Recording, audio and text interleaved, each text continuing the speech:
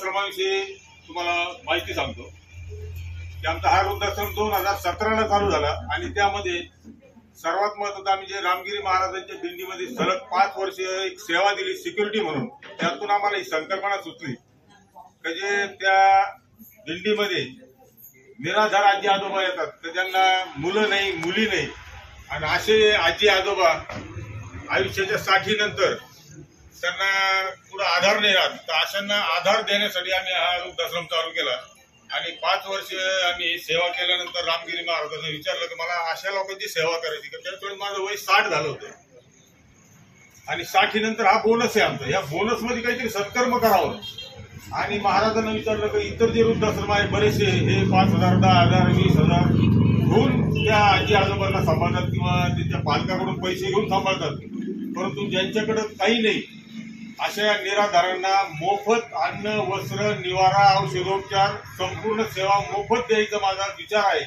आणि रामगिरी महाराजांना म्हणलं मला तुम्ही थोडंसं मार्गदर्शन करा। त्यांनी एकाच शब्दात सांगितलं की ही जर सेवा करत असेल तर ही पुंडलिकाची सेवा आहे। साक्षात पुंडलिकाने परमेश्वराला विटीवर उभं केलं की माझ्या आई वडिलांची सेवा मला आधी करू दे। इतकं मोठं काम करत असेल तुम्ही पंढरपूरला येऊ नका, दिंडीत येऊ नका, तुम्ही तुमच्या वृद्धाश्रमातच तुम्हाला विठ्ठल रुक्मिणी भेटल आणि तुम्ही वृद्धाश्रम चालू करा। पहिला आशीर्वाद त्यांनी दिला, 21,000 रुपये त्यांनी देणगी दिली आणि हा 2017ला आम्ही वृद्धाश्रम चालू केला।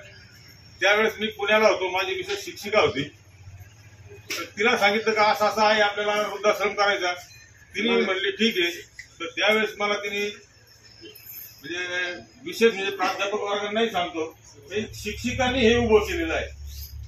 तिने मला त्यावेळेस 7 लाख रुपये कर्ज काढून दिलं आणि ते कर्ज घेऊन मी श्रीरामपूरला गावाकडे आलो। माझी 1 गुंठा जागा आहे काळाराम मंदिर मागं, तिथं मी 2 खोल्यामध्ये वृद्धाश्रम चालू म्हणजे अशा अवस्थेत आम्ही वृद्धाश्रम चालू केला।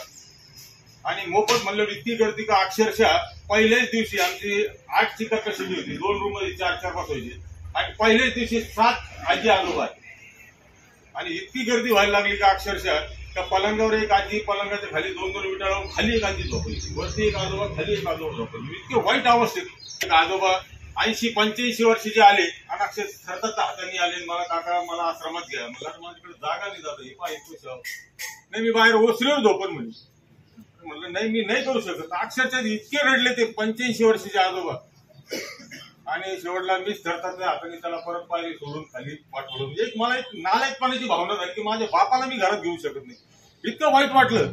आणि त्यावेळेस अक्षरशः रात्री मी 3 वाजेपर्यंत झोपलो नाही आणि विचार करीत होतो याच्यावर काय सोल्युशन काय निघत।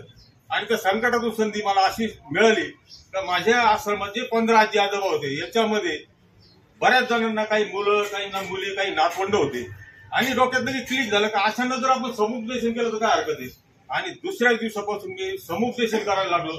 त्या मुलांच्या त्या आजी आजोबांची मुलं, नातवंड, नातेवाईक यांना बोलवलं, त्यांना समुपदेशन करून समजून सांगितलं। काही राजकीय लोक, काही पुढारी लोक, काही वकील लोक, काही पोलीस मित्र आमचे, त्यांना मध्यस्थी घालून हळूहळू समुपदेशन केलं।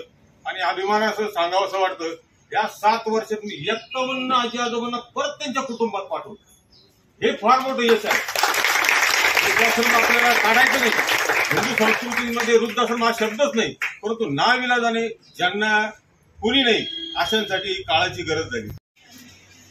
वृद्धाश्रमामध्ये शिबिराच्या कार्यक्रमाचे प्रमुख अतिथी वृद्धाश्रमाचे संस्थापक वाघाडी साहेब व त्यांचे मिसेस, तसेच आपल्या कॉलेजच्या होमिओपॅथी कॉलेजचे प्राचार्य रिजवान सर, पॉलिटेक्निक प्राचार्य आपले बोधन मॅडम, फार्मसी प्राचार्य आपले शेरकर सर,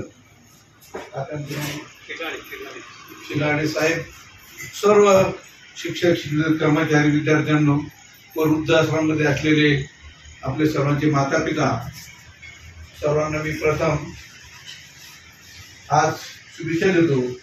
आणि शिबिराला आता लवकरच सुरुवात करतील कारण उशीर खूप झाला आहे। आपल्या संस्थेचे चेअरमनच्या वाढदिवसानिमित्त आपण त्यांना स्नेह भोजन देणार आहे आणि भोजन पण लवकर दिलं पाहिजे, कारण तुमचं नाटक झालं तर त्यांच्या पोटात कावळे कोकायचे हा काही कार्यक्रम चांगला होणार नाही। तरी लवकरात लवकर आपण तो नाटक, किती वेळाचा कार्यक्रम आहे तुमचा? 5 मिनिटं। आणि मी आता रिजन सरांची परमिशन घेऊन अशी घोषणा करतो तर दर सोमवारी आपले एक तज्ञ डॉक्टर, आपले कोणते विद्यार्थी असतात ते विद्यार्थी दर सोमवारी आमच्या डेलीत येतील, तुमचं सर्वांचं रेकॉर्ड मेंटेन करतील आणि सर्वांना ट्रीटमेंट देतील आणि पूर्ण फॉलोअप घेतील। कारण कोणाला होमिओपॅथीचं असं आहे की एका दिवशी काही गुण येणार नाही, पण निश्चित जर तो फॉलोअप घेतला, ते औषध जर वेळेवर घेतले, ते जर सगळं त्यांनी डॉक्टर सांगितलं तुम्ही सगळं फॉलो केलं तर 100% गुण येईल। त्याच्यामुळं दर सोमवारी आपला एक शेड्यूल ठेवा। आताच आम्ही मूकबधीर शाळेला पण भेट दिली, तिथं पण आम्ही स्नेह भोजनाचा कार्यक्रम करून आलेला आहे। त्यानंतर आज शाळेला पण भेट देऊन आलो, तिथं पण आपला कार्यक्रम झाला आहे। आणि आज इथंच मी ती घोषणा करतो ते पण दोन्ही शाळा ज्या आहे मूकबधीर आणि अंध शाळा, तिथं पण सोमवारी घ्या। सोमवारी आपला कॉलेजचं शेड्यूलच राहू द्या तर पूर्ण एक गाडी, आपली डॉक्टर टीम, औषधं आणि कंटिन्यू चाललं पाहिजे। काही अडचण आली तुम्ही निश्चित रिझॉन सर आहे, नाही तर मला पण भेटा, आपण त्याला सोल्युशन काढू. पण हा कार्यक्रम आपण इथून पुढे बंद करू नका, कारण असा कार्यक्रम आपल्याला पुढच्या 5 जुलै 25 रोजी घेता आला पाहिजे. तुमच्या सगळ्यांची परमिशन घेऊन मी ती घोषणा करतो, दर सोमवारी इथून पुढे आमचे डॉक्टर येतील, तिथं सगळी चेकिंग होईल, सगळं औषधं मोफत मिळतील अशी मी तुम्हाला आमच्या संस्थेच्या वतीने ग्वाही देतो आणि सर्वांचे आभार मानतो आणि माझे 2 शब्द संपवतो. नाटिकेला सुरुवात करा आणि लगेच स्नेहवंदनाचा कार्यक्रम. त्यासाठी आमची निश्चितच मदत राहील. त्यांना जे काही मेडिसिन लागत असेल, आमचे जे काही मोफत होमिओपॅथिक उपचार आम्ही या ठिकाणी करणार आहोत. तुमचे जे काही समजा जे काही वृद्ध लोक या ठिकाणी असतील, त्यांचे कोणतेही जरी प्रॉब्लेम असतील, शारीरिक असतील, मानसिक असतील, ते आम्ही आमच्या परीने सॉल्व्ह करण्याचा प्रयत्न करतो.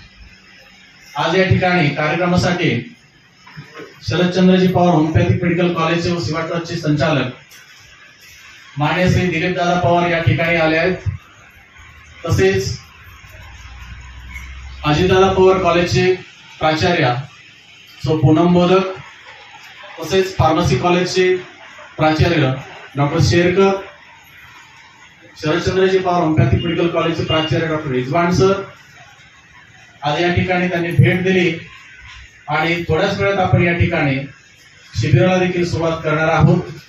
विद्यार्थ्यांनी त्या ठिकाणी त्यांचं व्यवस्थित केस टेकिंग घेऊन त्यांना पाहिजे ते औषध होमिओपॅथिक उपचार त्यांच्यावर आपण करणार आहोत. थोड्याच वेळात आपण ते सुरू करणार आहोत. तसंच या ठिकाणी आमच्या काही विद्यार्थ्यांनी एक प्रबोधन म्हणून त्यांनी एक नाटक बसवलेलं आहे. ते नाटक देखील या ठिकाणी ते विद्यार्थी सादरे करतील, ते आपण बघावं.